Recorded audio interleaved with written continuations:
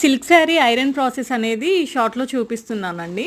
First అయితే iron బాక్స్కున్న జిడ్డు మన శారీస్కి అంటుకోకుండా ఉండాలంటే ఒక క్లాత్లో టేబుల్ సాల్ట్ తీసేసుకొని ఆ క్లాత్ని మళ్ళీ ఫోల్డ్ చేసి దాని మీద ఐరన్ చేయడం వల్ల శారీస్కి అయితే జిడ్డు అంటుకోకుండా ఉంటుందండి. తర్వాత శారీని అయితే 4 ఫోల్డ్స్ లాగా చేసుకొని ఆ ఫోల్డింగ్స్ మీద ఐరన్ చేసుకుంటూ వెళ్ళాలన్నమాట. ఇలా చేయడం వల్ల ఏంటి అంటే టైం సేవ్ అవుతుంది, అలాగే ఒకేసారి ఐరన్ అవుతుంది కదా, ఈజీగా అయిపోతుంది.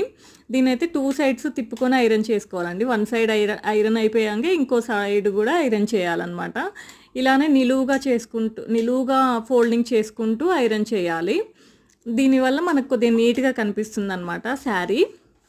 అండ్ అంత ప్రొఫెషనల్గా రాకపోయినా కూడా శారీకున్న ముడతలు అయితే పోతాయండి, నీట్గానే కనిపిస్తుంది.